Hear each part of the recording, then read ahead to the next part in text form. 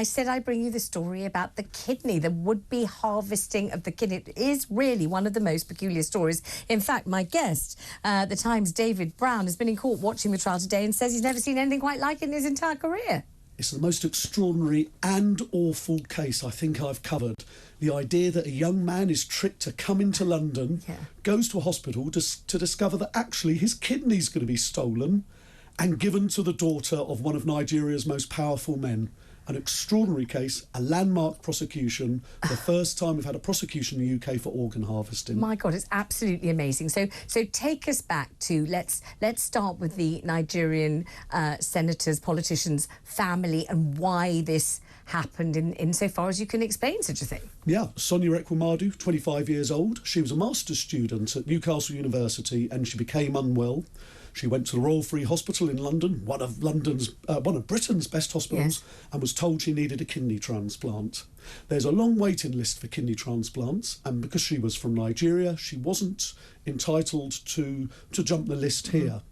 So what her family did is they found a very young man working in a market in Lagos, did some medical tests on him to make sure he had the right blood group, and said, "Why don't you come along and work in London?"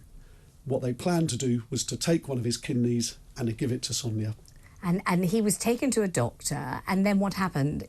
Who asked him, do you really want to give this kidney, or why are you giving this kidney? Well, he had a couple of meetings with doctors at the Royal Free. Yeah. After the first one, the doctor said, "I'm not too sure you understand what's happening here. I want you to see another doctor."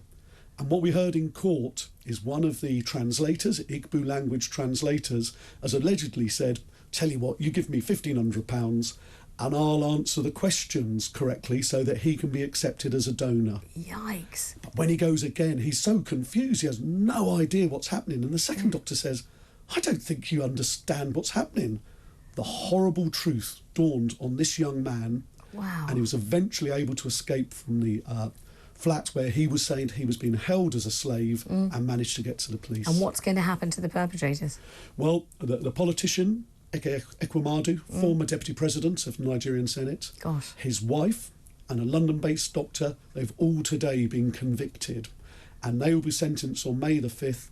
They're going to go to jail for some time.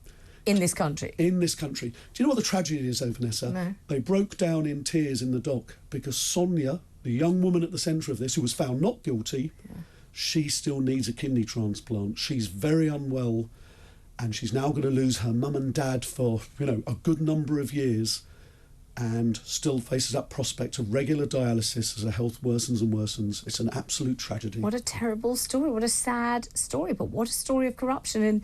And I think you saw in this entitlement that this senior Nigerian politician just believed you could just cull a person from a market and just take the kidney and nobody would really say anything to stop you. It was that absolute entitlement.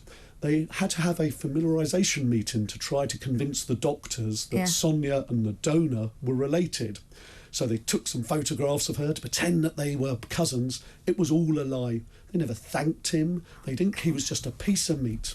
Absolutely extraordinary story.